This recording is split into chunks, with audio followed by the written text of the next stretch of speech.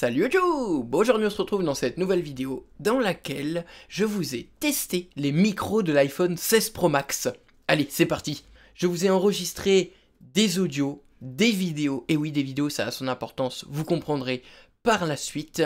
Ce nouvel iPhone intègre 2 micros de plus, il y en a 4 en tout, des nouvelles technologies comme des réductions du vent, comme l'audio spatial, le binaural. Bref, de belles choses, des capsules un peu améliorées, on va découvrir ça ensemble. Petite précision, nous sommes sur YouTube et YouTube compresse la vidéo et donc l'audio. Même si j'ai des enregistrements en haute qualité, forcément vous les entendrez pas comme moi je les entends. Mieux un fichier est capturé, mieux la restitution, le rendu sera. Donc en comparant des sources plus ou moins bonnes, même si c'est compressé, vous pourrez vous en rendre compte. Le premier test que je vous propose, c'est d'entendre cette réduction du vent dans un environnement venteux. J'ai enregistré 2 vidéos, je les ai enregistrées à la suite, dans une scène où il y avait du vent modéré à moins modéré, vous l'entendrez. J'ai au début la réduction du vent activée et à la fin pas active, pour que vous puissiez vous rendre compte concrètement si ça vaut le coup. Qu'est-ce que ça impacte? Est-ce que ça détruit le fichier? Est-ce que ça améliore le fichier? Qu'est-ce que ça propose concrètement? Je tiens à préciser que les enregistrements sont faits en ProRes. Donc le ProRes c'est un format, quand on le capture, pour une vidéo non compressée et également un audio non compressé. C'est-à-dire que l'audio est enregistré en 32 bits, 48 kHz. Et ça, c'est vraiment super pour le rendu et la post-prod si besoin par la suite. Je tiens à préciser d'ailleurs que je n'ai fait aucune post-production. Les fichiers, vous les entendez directement sortis du téléphone. Je n'ai rien modifié en termes de gain de volume ou quoi que ce soit. Que vous puissiez vous rendre compte de la qualité brute. Attaquons tout de suite le premier fichier. Donc, je suis dans un environnement où je marche à l'extérieur avec mon chien guide. Il y a un peu de vent au début et je me mange une rafale vers la fin. La réduction du vent est active. Alors, petit test de captation de son avec un vent modéré. J'ai activé la réduction du vent, donc le fameux mode qui permet de filtrer et de réduire un petit peu le vent. Donc le but c'est que je puisse parler en même temps qu'il y ait ce vent modéré pour que vous puissiez vous rendre compte de la qualité rendue. Ce qui est important à considérer, c'est quand il y a du vent, c'est généralement pour des micros problématiques. Donc on utilise des bonnettes, on utilise tout un tas de matériel permettant de limiter justement la captation du vent et donc le son un peu détruit. Et sur les téléphones, il est compliqué de mettre une bonnette. Il est compliqué parce que on peut bricoler des affaires, mais enfin bon, voilà, mettre une espèce de grosse moumoute autour du téléphone, c'est pas évident, surtout si on veut filmer avec. Donc Apple a opté pour un système, là par exemple, il y a vraiment pas mal de vent qui se lève, là c'est vraiment important en termes de quantité de vent. Et Apple a opté pour un système de réduction de bruit de vent, avec des micros en plus et du traitement logiciel. Je vais passer maintenant en mode non réduction du vent, en mode normal, pour que vous puissiez comparer. Ok, maintenant nous sommes sans la réduction du vent, donc en normal, toujours avec la même orientation face au vent, pour que vous puissiez vous rendre compte. La scène sonore est toujours la même, on est toujours sur les réglages vidéo maximum en ProRes. Donc normalement, pour avoir fait les tests en amont, c'est assez notable. Quand le vent vient taper sur les micros, c'est plus impactant normalement dans cette configuration-là.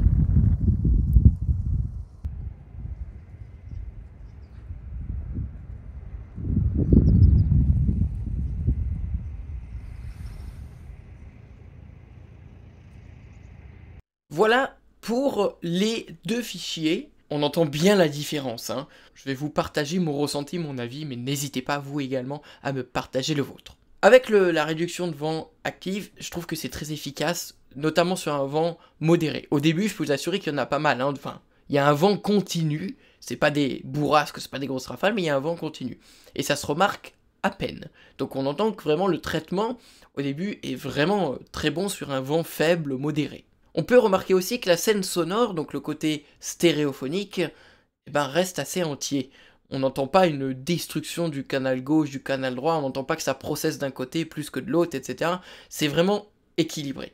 La définition, un petit peu moins importante qu'avec la réduction du vent désactivée, c'est normal, les fréquences basses, elles ont été un peu réduites, et heureusement. On en parlera après avec le fichier, avec la réduction du vent désactivée, mais en ayant baissé un peu les fréquences basses, en ayant apporté ce traitement, on arrive à garder un fichier qui est totalement exploitable. On entend marcher, on entend que mes pas sont totalement audibles. Alors même si la scène sonore n'est pas très riche, il n'y a pas grand chose autour de moi, la réduction du vent, selon moi, dans un cadre modéré, est vraiment très bien.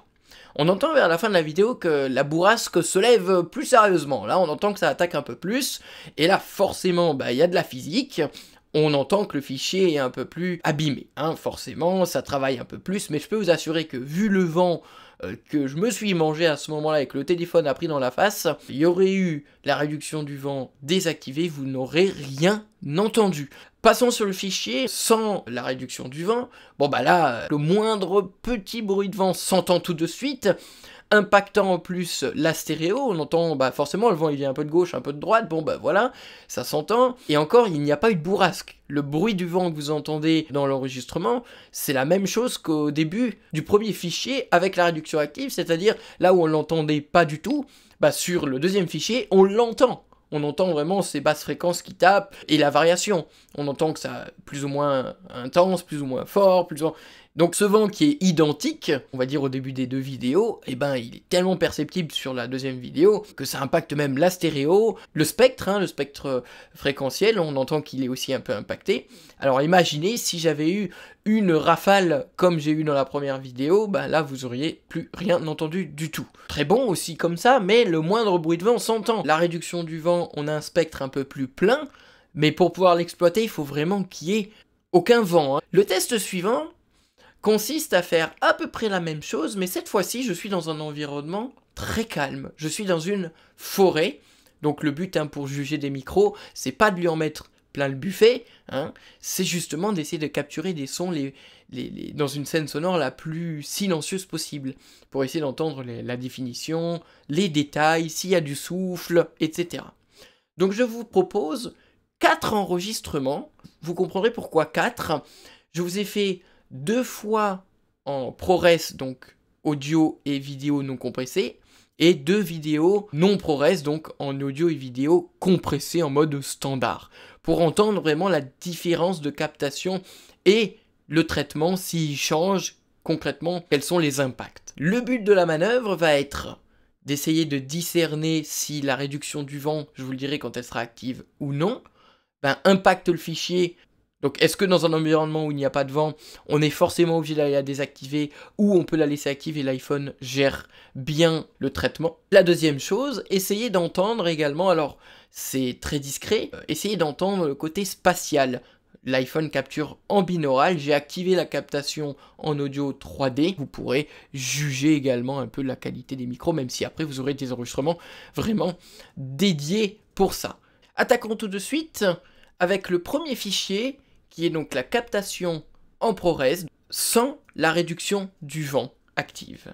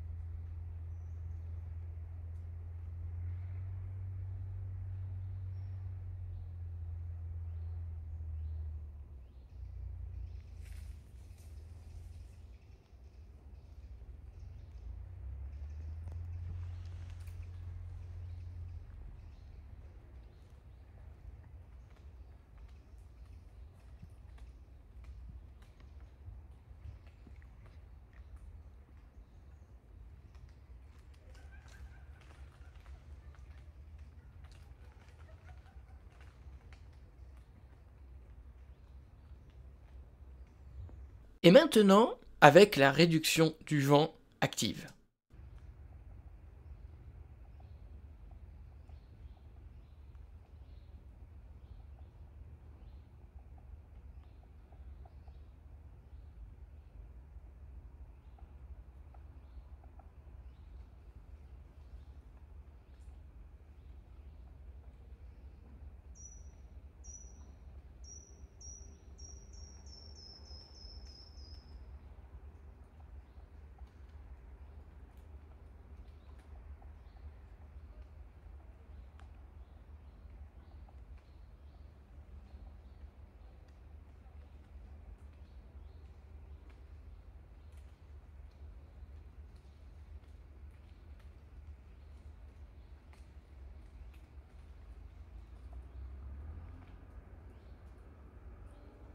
Qu'en pensez-vous?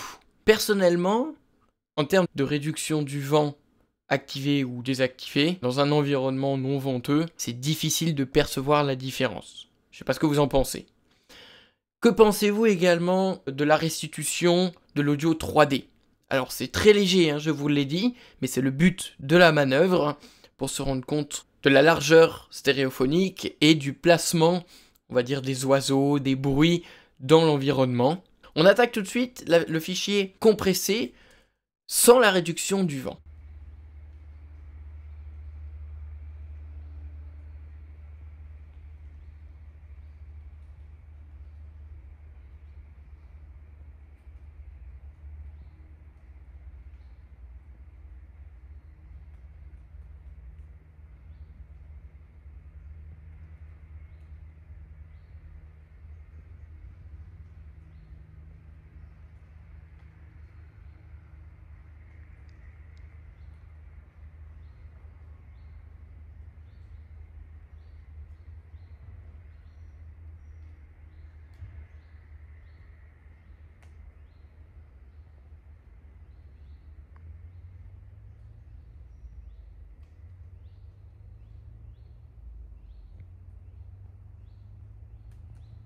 Non, le fichier avec la réduction du vent.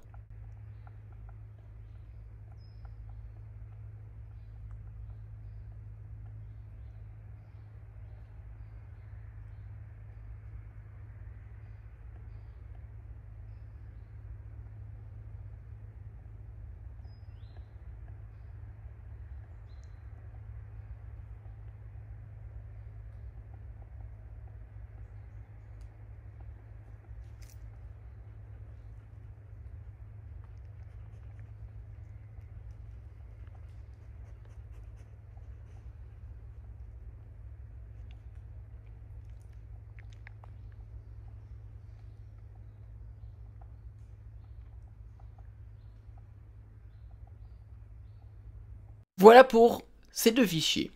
Qu'est-ce que vous avez remarqué? Personnellement, réduction du vent actif ou non, pareil que sur les fichiers ProRes, donc non compressés, j'entends pas de différence.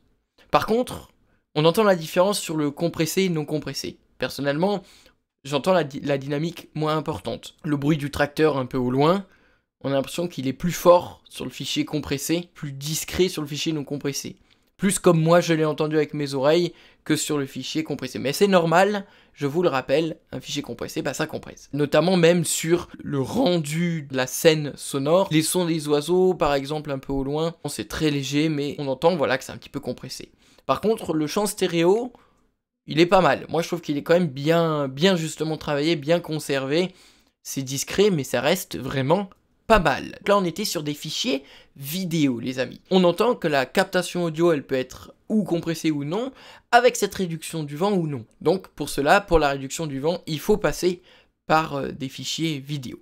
Maintenant, je vous propose de passer uniquement sur les captations sonores. J'ai pu enregistrer avec le dictaphone Apple et avec l'application Justpress Record, justement pour vous faire des comparatifs. Notamment, l'application dictaphone d'Apple est maintenant capable d'enregistrer en stéréo. J'ai une question pour vous. Je ne sais pas si l'application dictaphone, du moins je n'ai pas encore l'information au moment où je tourne la vidéo, enregistre uniquement en stéréo ou en audio spatial. J'ai enregistré deux fichiers, un avec le dictaphone et un avec Just Press Record. Donc il faut savoir que le Just Press Record, j'ai pu enregistrer en 32 bits, 48 kHz stéréo. Le dictaphone enregistre en 16 bits, 48 kHz stéréo. On va commencer par le fichier du dictaphone.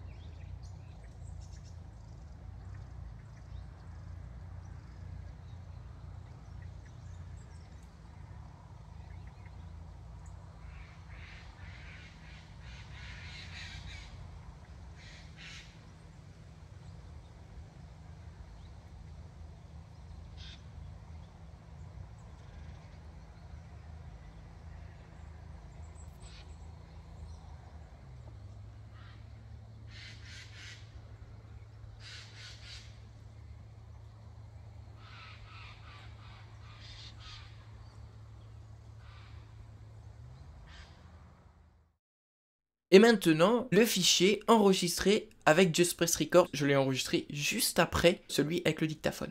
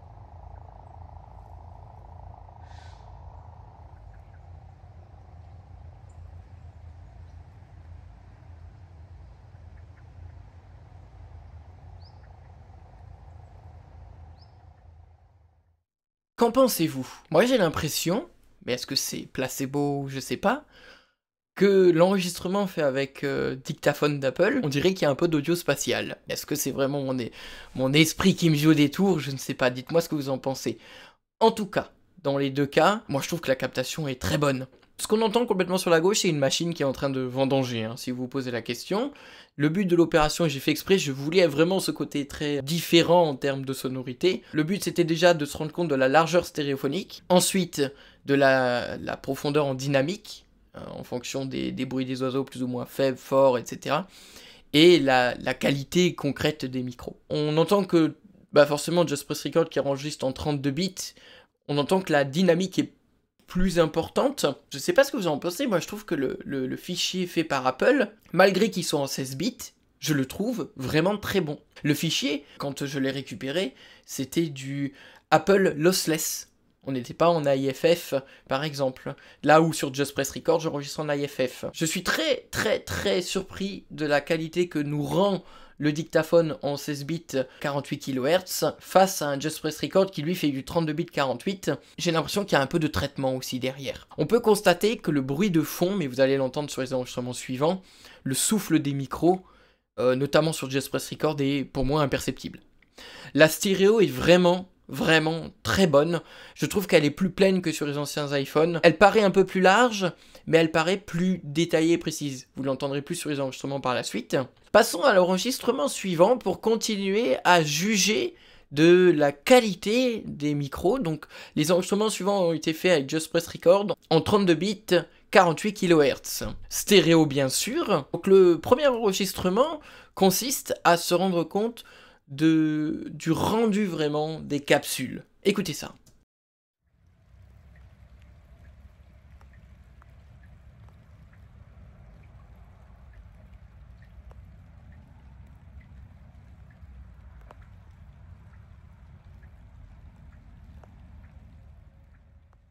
Dans cet enregistrement, on entend de la pluie. Il pleuviote légèrement. Je suis devant une évacuation d'eau au milieu d'un champ et on entend ce très léger goutte à goutte. Et on entend vraiment à notre gauche, à notre droite, comme un bruit de souffle, mais c'est pas du souffle. C'est une route qui est à plus de 400 mètres derrière moi. Et c'est les voitures qui passent, mais au loin derrière. D'ailleurs, on l'entend cette variation. Et devant, j'ai une forêt, il n'y a pas de route devant. Le but de la manœuvre est de se rendre compte, le clic de l'eau, cette espèce de petite pluie qui tombe, les détails de chacun des sons. On entend que c'est vraiment là pour le coup très très bon. C'est bien rendu, hein, ce que moi j'ai vraiment entendu, c'est ce que vous venez d'entendre là. Il n'y a pas de distorsion entre les micros, à des moments quand l'eau tombe un peu, quand le bruit surtout loin. L'enregistrement suivant est un peu le même, mais un peu plus enrichi. Notamment on va entendre un bruit de tracteur un peu au loin, et des mouvements, des déplacements, pour essayer de se rendre compte justement du rendu stéréophonique de ces micros.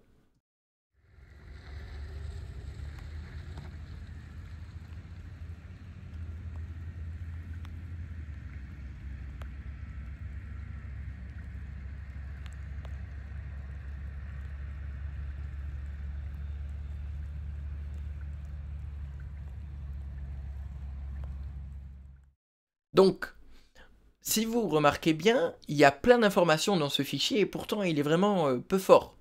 Les premières informations, c'est toujours ce cliquetis de l'eau, on l'entend toujours, cette très légère pluie, et sur notre droite, cette voiture qui emprunte une route, hein, pour certainement rejoindre une vigne ou autre, et qui s'éloigne. Donc on entend bien tous ces mouvements-là, tous ces sons, les dynamiques, on les entend bien. Je trouve que aucun son obstrue un autre, et on entend toujours, si on tend bien l'oreille, c'est toujours bien audible, le son de la route en arrière-plan, derrière nous. Même s'il y a une voiture, on l'entend toujours. Donc, je trouve que la dynamique est vraiment bien respectée. Les enregistrements suivants sont dynamiques, donc non statiques, je me déplace. Il y a plusieurs intérêts à cela.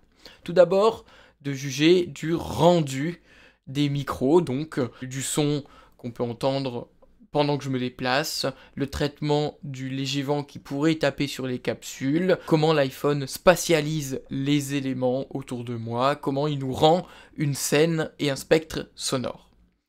Je tiens à attirer votre attention sur un point très important qui est le placement des micros sur le téléphone. Ils ne sont pas orientés de la même manière. Ils sont même orientés avec 45 degrés d'angle de différence entre l'un et l'autre. Quand on tient le téléphone en mode paysage, le premier micro on le retrouve au niveau du bloc photo, donc avec la même orientation que les lentilles de l'appareil photo au dos du téléphone, je précise, donc qui pointe directement face à nous quand on tient le téléphone dans nos mains.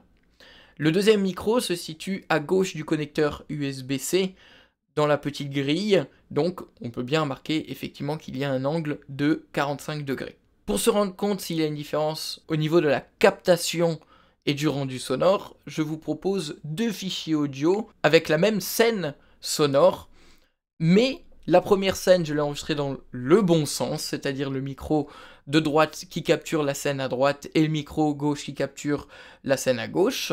Et le deuxième passage, j'ai retourné le téléphone pour qu'avec la même scène sonore, on puisse se rendre compte si on entend une différence en termes d'angle, en termes d'orientation. Pour vous mettre dans le contexte, le chemin sur lequel je me trouve est un petit peu mouillé, j'ai mon chien guide à la main gauche, je marche tout à fait normalement, on entend l'environnement classique autour de moi, il y a quelques tracteurs qui travaillent dans les champs, et je vais croiser sur mon chemin deux points d'eau. Le premier sur ma droite, le deuxième sur ma gauche, ils n'ont pas la même intensité, la même sonorité, donc le but ça va être de déterminer si on les entend bien, s'ils sont assez bien spatialisés, et si le rendu est propre. Et bien sûr, après, ça va être de constater avec le deuxième fichier, où j'aurai enregistré avec le téléphone dans l'autre sens. Attaquons avec le premier fichier.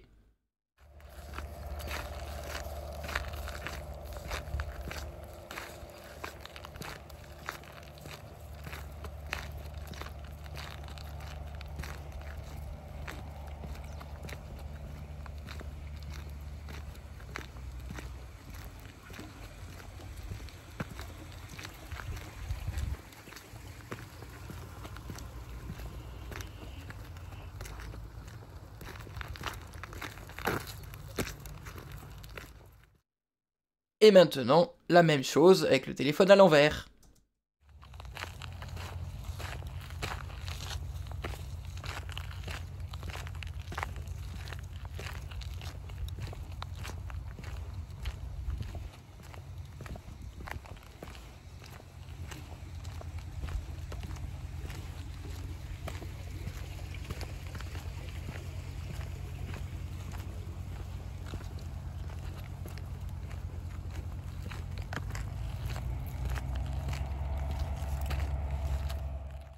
Qu'en avez-vous pensé?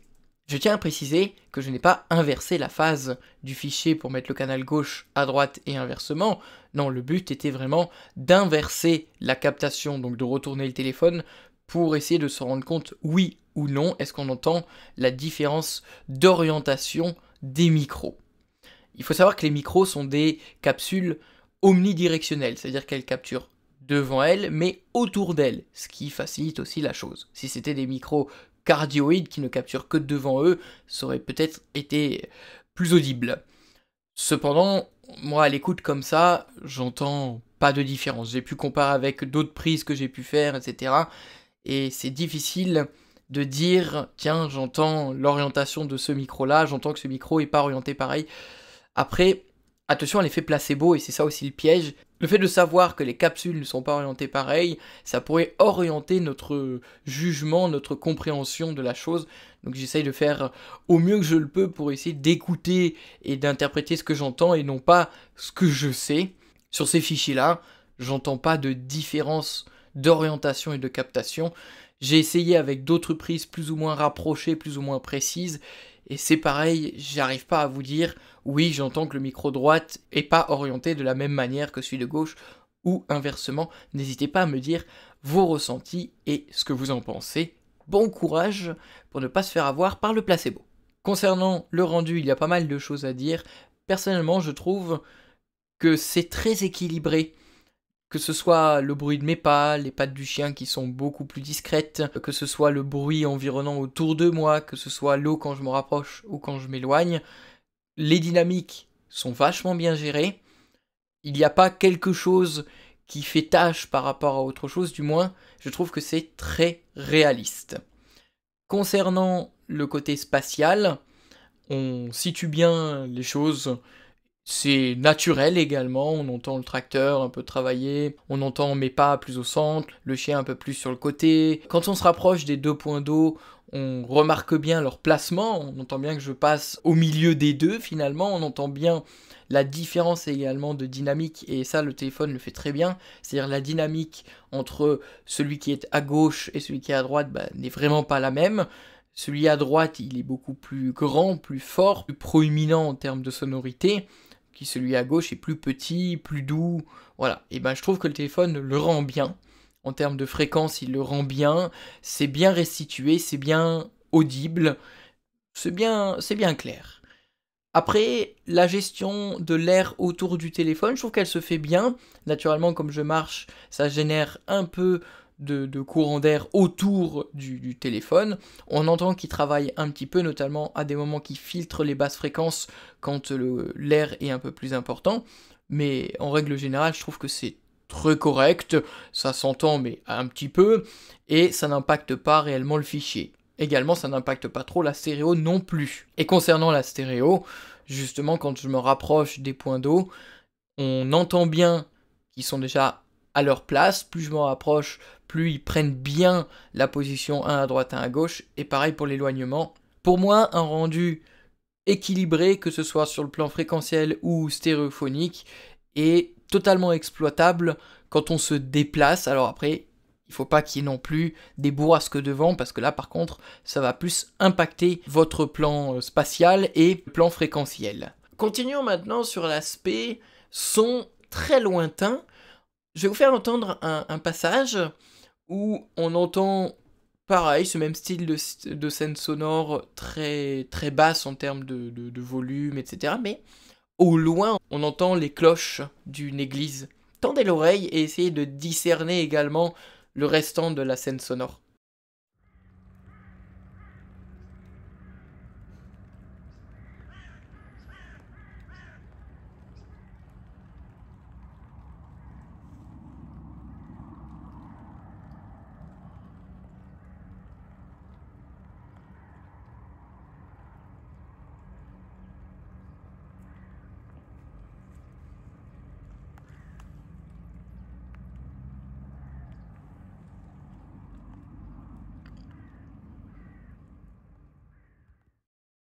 Cet enregistrement est aussi très riche. On entend comme un souffle, mais c'est toujours cette route. Mais j'en suis un peu plus proche. Je suis plus aussi loin. Je dois être à peut-être 150 mètres de la route qui est toujours dans mon dos. On entend toujours ce léger bruit d'eau qui tombe, c'est cette petite pluie très légère. Et cette église qui est à plus de 2 km sur ma droite. Je peux vous assurer une chose, je ne l'entendais pas plus fort ni moins fort en vrai que ce qu'on entend dans le fichier. Donc les dynamiques sont vraiment bien respectées. Sur le plan stéréo. Écoutez bien maintenant, ce fichier est aussi intéressant. On entend au loin derrière moi toujours cette route et on peut discerner vraiment le mouvement des véhicules et à un moment donné des vélos vont me croiser et on va pouvoir comparer une source stéréo lointaine et une source stéréo beaucoup plus proche.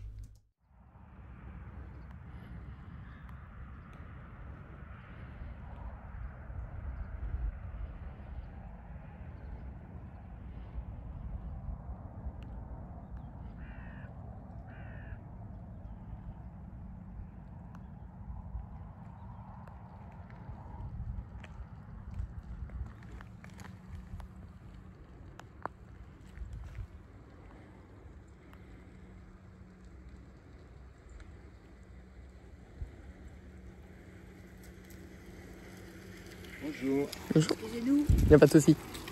Pardon. Bonjour.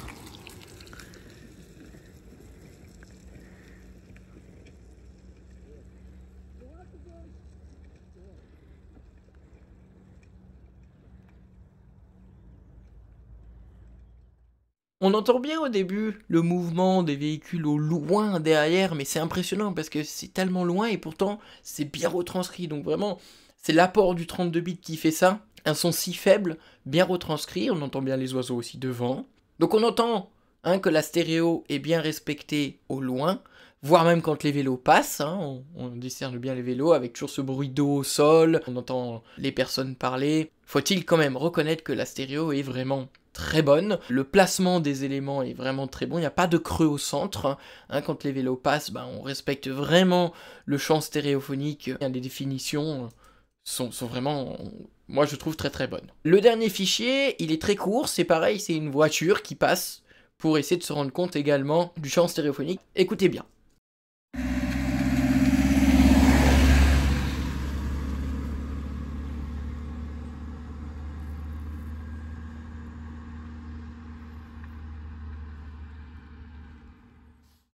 C'est assez court, on est quand même sur une dynamique toujours très bien gérée, on l'entend bien partir la voiture sur la gauche quand même.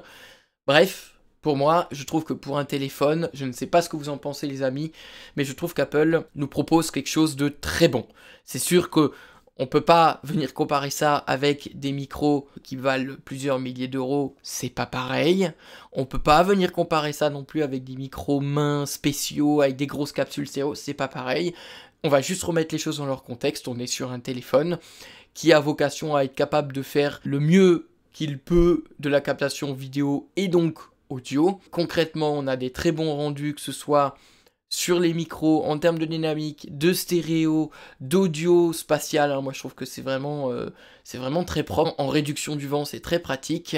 Dans certains cas, je pense que l'iPhone est totalement capable de faire de la captation audio pour de la prise de son. À vous de me dire également, les amis, ce que vous en pensez. L'appareil photo, moi je trouve ça génial de pouvoir filmer en ProRes pour exporter les pistes en très haute qualité. Le seul petit bémol que j'y mettrais, s'il existe et si vous êtes d'accord avec moi, ce serait peut-être l'orientation des capsules. On parle de petites subtilités, n'hésitez pas à me dire ce que vous en avez pensé. N'hésitez pas si vous avez des questions ou toute interrogation, suggestion, faites-vous plaisir en section commentaires, n'hésitez pas à me suivre également sur tous mes réseaux, qu'ils soient YouTube, n'hésitez pas à un petit pouce en l'air, ça fait méga plaisir, sur TikTok également, sur ma page Facebook, sur mon site web, bref, n'hésitez pas à me suivre sur tous mes réseaux de syndication.